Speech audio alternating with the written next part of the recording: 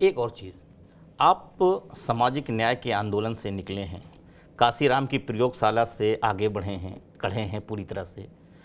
आज भारतीय जनता पार्टी में जाके आप क्या भाजपा के रंग में रंग गए हैं? अब आप भी वही भाजपा की भाषा बोलने लगे हैं। जो सामाजिक न्याय की बात करते थे अब आप सांप्रदायिकता वाली बात करने लगे हैं। आपके पिछले कुछ बयान आए हैं लगातार, अगर हम याद दिलाएं तो कुछ इस तरह के बयान आए हैं। क्या आप भी भाजपा के पूरे रंग कहा कि अयोध्या जैसा झंडा श्रृंगवेरपुर पे? हाँ, झंडे से जीत होती है, झंडे से पहचान होती है, झंडे से मान सम्मान स्वाभिमान होती है।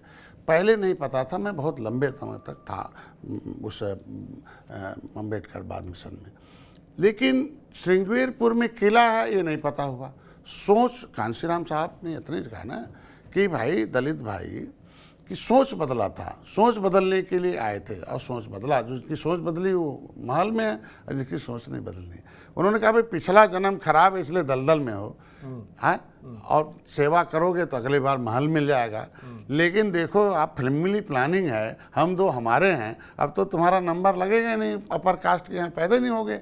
तो उनकी सोच बदली और सोच बदली कि तुम अपने वोट से बड़े हो सकते हो। वोट कैसे आएगा? बेस वोट तैयार करो, दूसरे का भी वोट लेना पड़ेगा।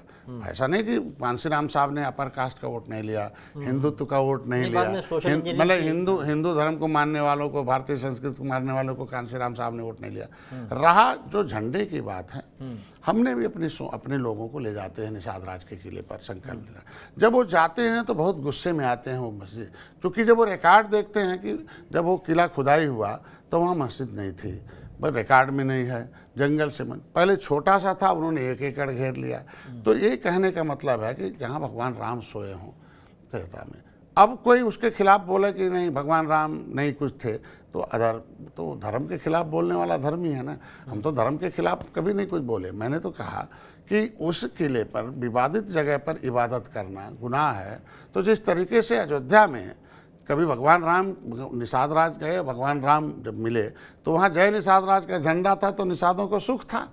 और किला तोड़ गया, दुश्मनों ने तोड़ा किले को, हत्या कर दी निषाद राज की, परिवार खानदान खत्म हो गया।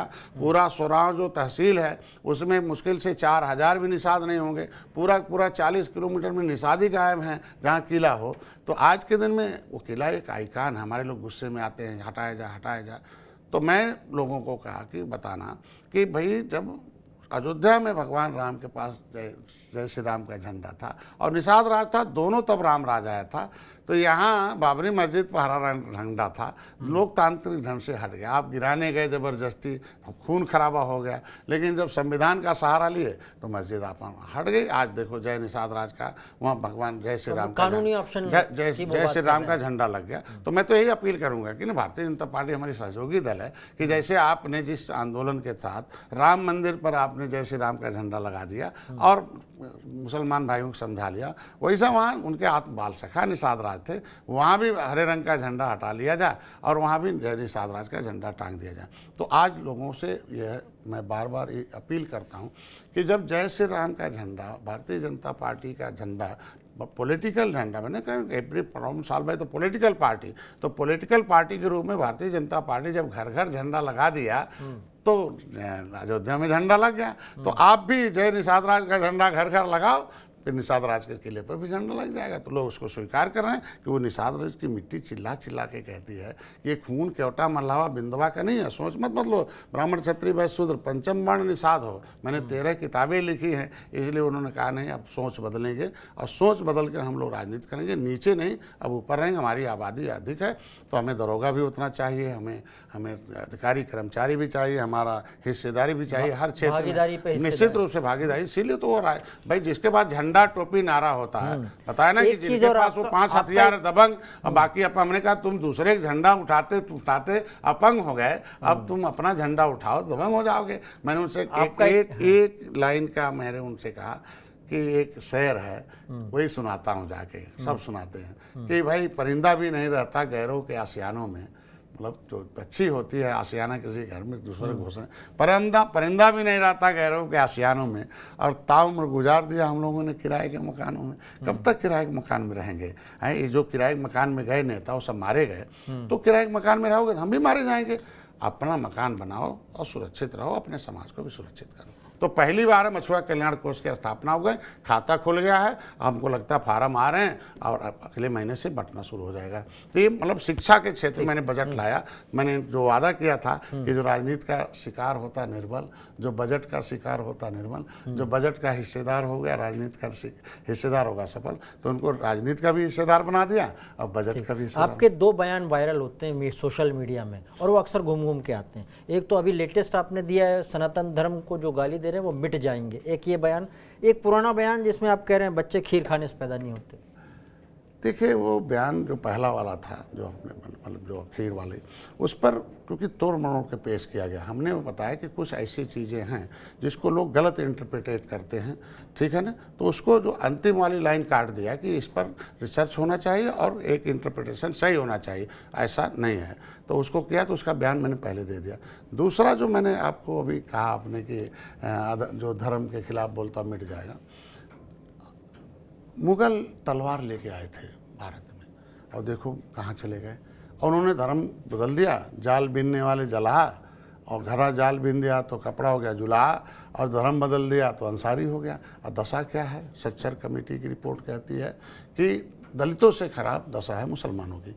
तो मतलब बटन दबा दबा के हाथी साइकिल पंजा को गरीबी मोल ले लिया है। तो मेरे ही लोग हैं ना, आज के दिन में तलवार के बदौलत तोप लेके आए अंग्रेज, चले गए, मिट हो गए, ख़त्म हो गए।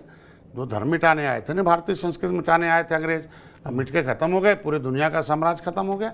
और यही धर्म के खिलाफ बताने वो बयान देते हैं ना धर्म के खिलाफ, तो मैं तो बताया बयाना लिए हैं कि समाजवादी पार्टी को समाप्त करेंगे, समाजवादी पार्टी बनाएंगे, वो बयाना लिए हैं कि धर्म के खिलाफ बोलेंगे। अरे क्या समाजवादी पार्टी ऐसा फार्म निकालेगी कि हमारे वहाँ ऐसा कोई सदस्य न बने जो सनातन धर्म और हिंदू धर्म या भारतीय संस्कृति को मानने वाला होगा, वो हमारे यहाँ सदस्य नहीं बनेगा, मेरे यहाँ टिकट नहीं लेगा, हम लोग उसका वोट नहीं चाहिए, ऐसा लिख पाएंगे क्या? लेकिन इस तरीके के लोगों के अंदर कटुता नहीं पाएगा। यहाँ पे एक सवाल आपसे बनता है संजीव सर जी, निश्चित तौर पे जो स्वामी प्रसाद मौर्य ने कहा, लेकिन क्या रामचरितमानस में जो कुछ चौपाइयाँ हैं जिसको लेके, उस पे आपके क्या, जैसे सूद कपास, क्या उससे सहमत हैं, या आप भी मानते हैं कि जो उसमें जिसके लिए कहा जाता है कि वो दलित पिछड़ों के लिए कहा गया है, उससे क्या आप नहीं, गलत है, इंटरप्रिटेशन गलत है। अच्छा, ताड़ना का मतलब होता है हाँ, देखना, ताड़ो, देखो उधर, मतलब ध्यान दो इसको, गंवारों की तरफ, महिलाओं की तरफ ध्यान दो, गरीबों की तरफ ध्यान दो। मतलब एक तरीके से शुद्ध जो है वो गीत था कि ध्यान दीजिए आप। वो लिखा गया है, क्या नाम है, बुंदेलखंड में, मतलब वो अवधी भाषा में बुंदेलखंड में चित्रकूट पर वो आपके वहाँ जो है एक घाट है, मैं जाता हूँ, तो उसमें जो बोला जाता है, बात समझ गए। तो इसीलिए मैंने कहा कि एक इंटरप्रिटेशन होना चाहिए कि इसका गलत अर्थ न लगाया जाए, इस भाषा में इसका अर्थ यहाँ होता है, बात समझ गए। मैं कहता हूँ कि उसी धर्म के आधार पर निषाद राज का किला मिला ना, बहुत साल इतिहास हमारा मिला ना। तो अगर आप रामायण के खिलाफ बोल रहे हो, राम के खिलाफ बोल रहे हो जो हाथ बाल सका है, एक गुरुकुल ऐसा था जिसमें 2 कुल के पढ़ते थे, एक निषाद राज कुल और रघुकुल के, राजनीति पढ़ाई जाती थी ना, तो राजनीति पढ़ाई जाती थी, धर्मनीति पढ़ाई जाती थी, तो आप उसके खिलाफ बोल रहे थे, इसके मतलब हमारे निषादों के खिलाफ बोल रहे हैं, आप निषाद राज के खिलाफ बोल रहे हैं। तो इसीलिए मैंने कहा कि 18% आबादी के ये गुस्से में आ रही निषादों, भाई ठीक है, गुस्से में तो सभी हैं, लेकिन ये उसी रामायण के आधार पर निषाद राज को प्राप्त किया, उसी रामायण के आधार पर राम के उससे महात्मा सखा के रूप में, तो उसकी सोच हम बदल रहे हैं। तो काहे 18% आबादी गुस्सा लगा रहे हो? तो इसलिए कह रहे हैं कि 18% वोट बहुत अधिक होता है, और उसको गुस्सा लगाएंगे तो मिट तो जाएंगे, क्योंकि भाई हमारे लोग तो वैसे भी हाथी साइकिल पंजा छूना बंद कर दिए हैं, और बचा खुचा रहेगा वो भी खत्म हो गए। चलिए देखेंगे। बहुत सही सवाल, एक सवाल बहुत अच्छा है कि उत्तर प्रदेश में मुकेश सहनी हैं जो वीआईपी के, वो इस वक्त बिहार में वो एक अभियान चला रहे हैं कि आरक्षण नहीं निषादों को तो वोट नहीं, और उसके लिए बाकायदा वो कसम खिला रहे हैं, गांव-गांव घूम रहे हैं, पूरा रथ लेके निकले हुए हैं, और वो इस तरह से एक मूवमेंट बना रहे हैं पूरी तरह से। उत्तर प्रदेश में चुनाव भी लड़ने आए थे। और आप इसको कैसे, दूसरी तरफ जो है समाजवादी पार्टी ने भी अपने ओबीसी के अध्यक्ष राजपाल कश्यप को बना रखा है, तो काफ तौर से अगर देखा जाए तो निषाद वोटों, कश्यप वोटों, जो पूरा जो आपका 18% जिसका दावा करते हैं, वो वोटों को लेके जिस तरह से घेराबंदी हो रही है, इसको क्या है? जो मुकेश सहनी की डिमांड है वो कसम तक खिला रहे हैं एक आदमी से, तो ये वचन दिला रहे हैं। देखिए, मैं वो मुकेश भाई हमारे वंश के हैं, और जो पॉलिटिकली ट्रेंड लोग हैं वो पावर में है, जो पॉलिटिकली ट्रेंड नहीं हो पाँव में है। तो अगर हम वोट आरक्षण नहीं मिलेगा तो देंगे किसे? सपा को देंगे आरक्षण विरोधी, बसपा को देंगे आरक्षण खत्म, कांग्रेस को देंगे आरक्षण विरोधी। आज के दिन में हमें इकट्ठा करके आए थे 2017 में, हम दोनों भाई बैठे गोरखपुर में और तय हुआ कि आप लालू यादव बने। मैंने उनसे बताया कि पॉलिटिकल गॉडफादर आप अपर कास्ट पंडित जवाहरलाल नेहरू हुए, और जब दलित बढ़ने लगे, मतलब अम्बेडकर पार्टी खड़ा की आरपीआई, तो उनको काउंटर करने के लिए जगजीवन राम को प्रधानमंत्री बना दिया। और बात समझ गए, मतलब दलित अपंग रहे और उनके कांग्रेसी दबंग रहे। जब मुलायम सिंह बढ़ने लगे तो रामनरेश यादव को ला दिया काउंटर करने के लिए, मुख्यमंत्री बना दिया कि यादव अपंग रहे, बाकी कांग्रेस दबंग रहे। बात समझ गए। आज के दिन में जैसे ही डॉक्टर संजय बढ़ रहे हैं तो बहुत ढेर सारे नेता पैदा किए जा रहे हैं अंदर अंदर कि अपंग रहे हैं। मैंने जब बात हुई कि बिहार जाइए, लालू मजबूत हैं, वहाँ ले मिल्कमैन के, और यहाँ मुलायम सिंह हैं, दोनों लोग मिलकर देश के यादों का भला है, आप पार्टी बनाइए। और पार्टी बनाया उन्होंने, 4 विधायक भी बनाए, मंत्री भी बने। बात समझ गए।